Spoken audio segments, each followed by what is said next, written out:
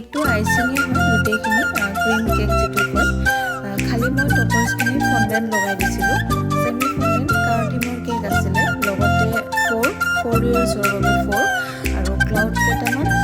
আৰু লগতে ষ্টাৰ কেইটামান আছিলে ফণ্ডেণ্টখিনি মই এদিন আগতে বনাই থৈ দিছিলোঁ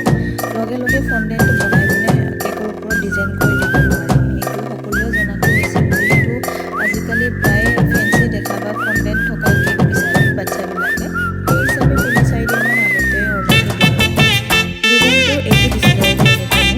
সেই হিচাপে মই কেকটো বনাই দিছোঁ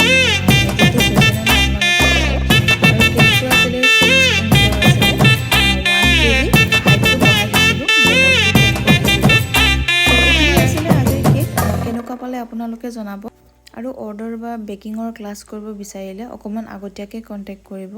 আজিৰ ভিডিঅ'টি এইখিনি আছিলে আকৌ লগ পাম বাই বাই